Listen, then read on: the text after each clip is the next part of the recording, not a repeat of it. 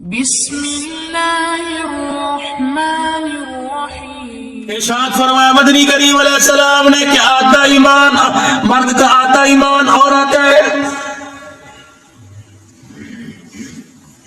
آدھا دین عورت۔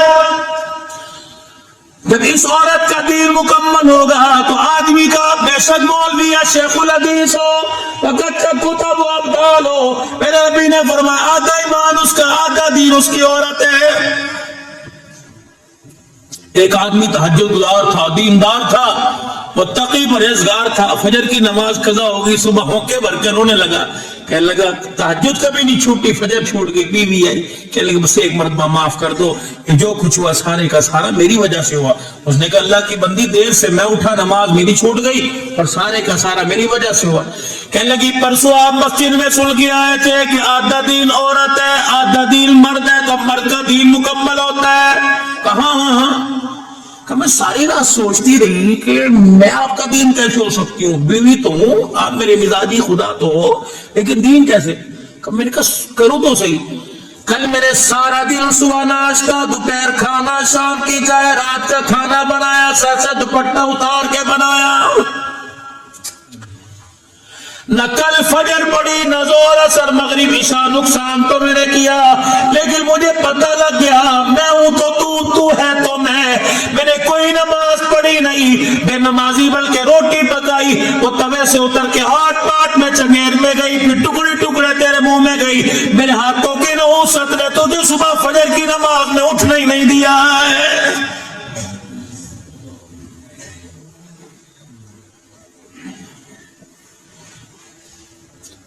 دو کام میرے بزرگوں کر لو، اولاد جنید بغدادی نہ بنے، میدان محشر میں میرا گریبان پکڑ لینا۔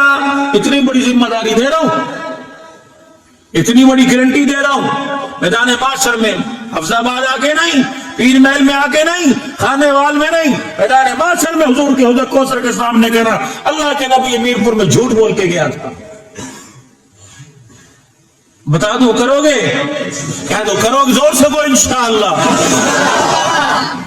اپنے گھر کے اندر مشتبہ مال، 2 نمبر مال، 2020 میچ کا مال، بولی کی کمیٹی کا مال، توبہ کر لو، توبہ کر لو، حرام مال گھر لانا چھوڑ دو، اور آج جا کے بیوی کے آگے ہاتھ جوڑ دینا اور اسے کہنا خدا کے واسطے، تجھے اللہ کا واسطہ، بغیر نماز پڑھے کچن میں نہ جایا کر، بغیر سر پہ دوپٹہ رکھے ہانڈی نہ پکایا کر، تیری میری گھر والی سر پہ دوپٹہ رکھ کے نمازوں کے سجدے کے ساتھ کچن میں جائے گی، اور آپ نمازوں کے سجدوں سے حلال کمائی لا کر اپنے گھر لائیں گے۔ یہ کھانا پکے نمازی عورت کا، دیہات نمازی عورت کے ہاتھ کا دسترخوان پہ آئے گا، رب کعبہ کی قسم ہے بیٹی کے منہ میں گیا رابعہ بصریہ بنے گی، بیٹا کھائے گا تو عبدالقادر جیلانی بن جائے گا۔ یہ موبائلوں نے نہیں بگاڑا، بے نمازی کے ہاتھوں کی نوست نے بیڑا غرق کیا۔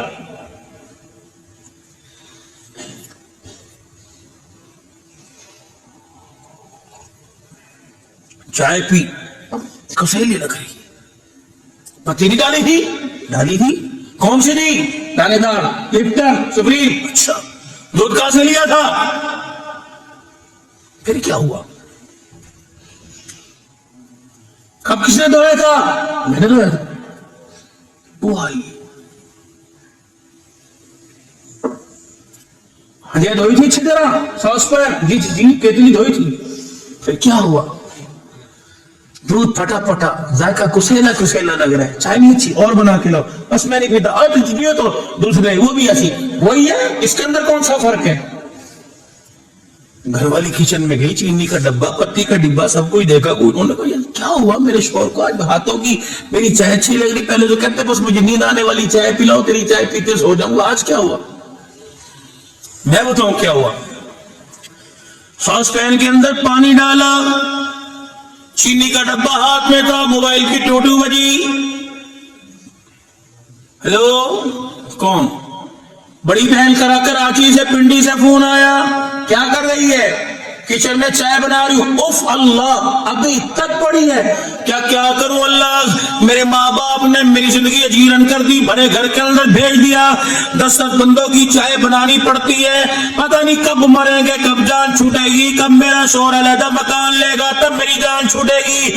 اللہ اکبر، ٹائم کے میرے ساس سسر بڑے پابند ہے، اللہ کرے انہیں موت رات کو آ جائے، یہ تیرا کڑوا بول، یہ تیرا کڑوا بول زہر قاتل بنا، اللہ اکبر، یہ کڑوا بول کو سیلا کڑوا بنا، یہ ساس پین کے اندر، یہ چائے کے اندر، پانی کے اندر گھومتا رہا، رب کعبہ کی قسم ہے تیرے کڑوے بول نے تیرے حسن کو، تیرے